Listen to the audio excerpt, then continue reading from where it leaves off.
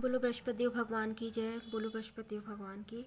किसी गांव में एक साहूकार रहता था जिसके घर में अन्न धन वस्त्र धन की किसी प्रकार की कमी नहीं थी, परंतु उसकी स्त्री बहुत ही कृपण थी। किसी भी भिक्षार्थी को कुछ नहीं देती थी, सारा दिन घर के कामकाज में लगी रहती थी।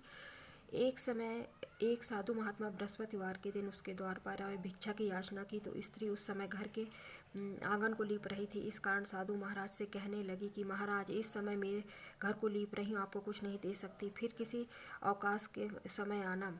साधु महात्मा खाली हाथ चले गए। कुछ दिनों के पश्चात वही साधु महाराज फिर से उस स्त्री के घर गए। उसी तरह से भिक्षा मांगे। साहूकार ने उस समय लड़के को खिला रही थी, कहने लगी महाराज, मैं क्या करूँ, अवकाश नहीं है, इसलिए आपको भिक्षा नहीं दे सकते। तीसरी बार महात्मा फिर चले गए।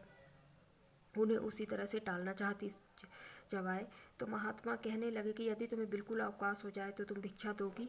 साहूकारनी कहने लगी, हाँ महाराज, यदि ऐसा हो जाए तो आपकी बड़ी कृपा होगी। साधु महात्मा दी कहने लगे कि अच्छा, मैं कुछ उपाय बताता हूँ। तुम बृहस्पतिवार के दिन चढ़ने पर उठो, सारे घर में झाड़ू लगाकर कोने में जमा करके रख दो, घर में चौका इत्यादि मत लगाओ, फिर स्नान आदि करके घर वालों से कह दो कि उस दिन सब हजामत बनवाए, रसोई बनाकर चूल्हे के पीछे रख दो, सामने कभी मत रखो। सायंकाल अंधेरा होने पर दीपक जलाया करो तथा बृहस्पतिवार को पीले वस्त्र कभी मत धारण करो। पीले रंग की चीज़ों का भोजन करो। यदि ऐसा करोगी तो तुमको उस घर का कोई भी काम नहीं करना पड़े। साहूकारनी ने ऐसे किया। बृहस्पतिवार के दिन चढ़ने पर उठी, झाड़ू लगाकर कूड़े को घर में जमा कर दिया। पुरुषों से हजामत बनवाई। पुरुषों ने भोजन बनाकर चूल्हे के पीछे रख दिया। वह सब बृहस्पतिवार को ऐसे ही करती रही। अब कुछ समय बीत जाने के पश्चात उसके घर में खाने का दाना भी न रहा। थोड़े दिन में महात्मा फिर आए, भिक्षा मांगी, परंतु सेठानी ने कहा, महाराज, मेरे घर में खाने के लिए अन्न तक दाना नहीं, आपको क्या दे सकती हूँ। तब महात्मा ने कहा, जब तुम्हारे घर में सब कुछ था तब तुम कुछ भी नहीं देती थी, अब पूरा अवकाश है तब भी कुछ नहीं दे रही हो, तुम चाहती क्या हो, अब कहो।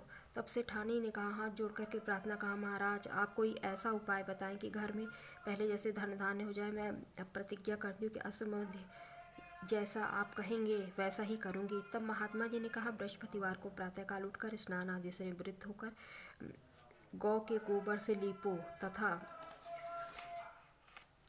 सभी पुरुष हजामत न बनवाएं। भूखों को अन्न जल देती रहा करो।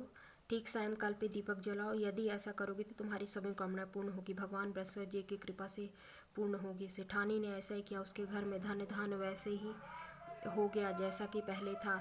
इस प्रकार भगवान बृहस्पति जी की कृपा से अनेक प्रकार के सुख भोग कर दीर्घकाल तक जीवित रही। बोलो बृहस्पति देव भगवान की जय।